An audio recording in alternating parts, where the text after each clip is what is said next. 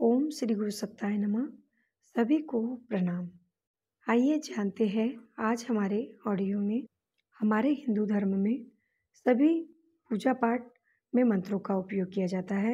आइए जानते हैं मंत्र की प्रचंड शक्ति और उनके प्रयोग के रहस्य।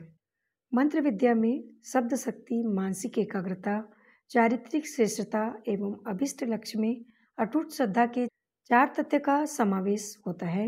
मंत्र शक्ति से कितने ही प्रकार के चमत्कार एवं वरदान उपलब्ध हो सकते हैं, यह सत्य है, पर उसके साथ ही यह तथ्य भी जुड़ा हुआ है कि वह मंत्र उपरोक्त 4 परीक्षाओं की अग्नि में उत्तीर्ण हुआ होना चाहिए।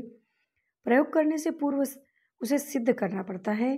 सिद्धि के लिए साधना आवश्यक है। इस साधना के 4 चरण हैं, इन्हीं का ऊपर उल्लेख किया गया है। मंत्र साधक को यम नियमों का अनुशासन पालन करते हुए चारित्रिक श्रेष्ठता का अभिवर्धन करना चाहिए।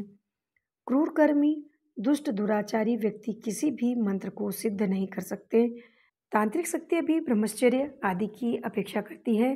फिर देव शक्तियों का अवतरण जिस भूमि पर होना है उसे विचारना, भावना और क्रिया की दृष्टि से सतोगुणी पवित्रता से युक्त होना चाहिए।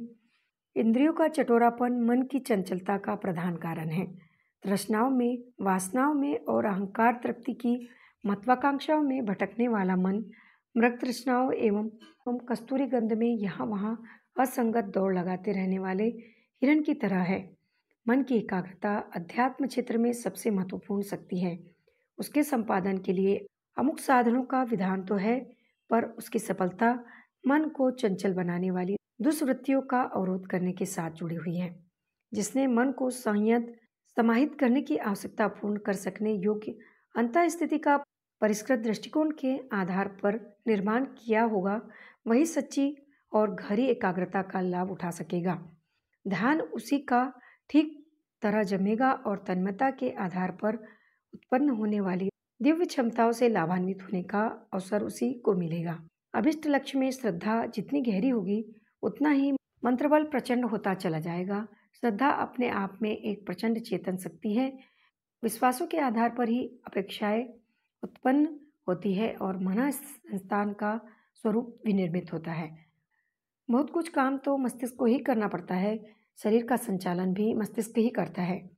इसी मस्तिष्क को दिशा देने का काम अंतःकरण के मर्मस्थल में जमे हुए श्रद्धा विश्वासों को है। वस्तुतः व्यक्ति का असली प्रेरणा केंद्र इसी निष्ठा की धुरी पर घूमता है। गीताकार ने इस तथ्य का रहस्योद्घाटन करते हुए कहा है, जो जैसी श्रद्धा रख रहा है वस्तुतः वह वही है, अर्थात श्रद्धा ही व्यक्तित्व है।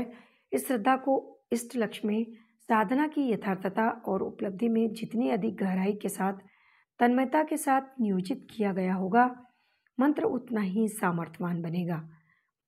मांत्रिक को चमत्कारी शक्ति उसी अनुपात में प्रचंड होगी। इन तीनों चेतनात्मक आधारों को महत्व देते हुए जिसने मंत्रानुष्ठान किया होगा, निश्चित रूप से वह अपने प्रयोजन में पूर्णतया सफल होकर रहेगा।